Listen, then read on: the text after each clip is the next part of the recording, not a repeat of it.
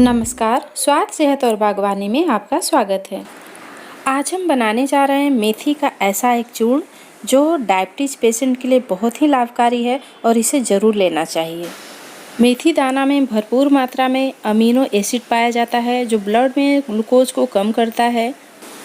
मेथी का चूर्ण पेट से संबंधित तमाम बीमारियों से छुटकारा दिलाता है, मेटाबॉलिज्म को बल देता है। ढेर सारे खूबियों वाले मेथी दाना के चूर्ण को कैसे बनाते हैं, चलिए हम आपको बताते हैं। सबसे पहले हम एक कटोरी मेथी लेंगे और उसे कढ़ाई में डाल देंगे। साथ में हम डालेंगे घी, तो 1 चम्मच से 2 चम्मच हम इसमें घी डालेंगे और फिर इसको भूनना स्टार्ट करेंगे। याद रखें, घी गाय का होना चाहिए, देसी गाय का तो ज़्यादा अच्छा रहेगा। मेथी को हम गुलाबी होने तक भून लेंगे। मेथी को तेज़ आंच पर नहीं भूनना है, इसे मीडियम फ्लेम पर ही भूनें और ध्यान रखें कि बहुत ज़्यादा इसे हमें नहीं भूनना है। मेथी से जब अच्छी सी खुशबू आने लगे तो मेथी को भूनना बंद कर दें। मेथी को अब ठंडा होने देते हैं। उसके बाद कुछ चीज़ इसमें और हम डालेंगे और इसके बाद पाउडर तैयार करेंगे।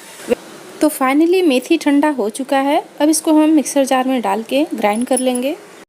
इसमें हम स्वादानुसार डालेंगे सेंधा नमक और स्वादानुसार हम काला नमक डालेंगे। दोनों की क्वांटिटी हाफ रहना चाहिए। जैसे आधा चम्मच अगर हमने सेंधा नमक डाला तो आधा चम्मच में काला नमक डालना है।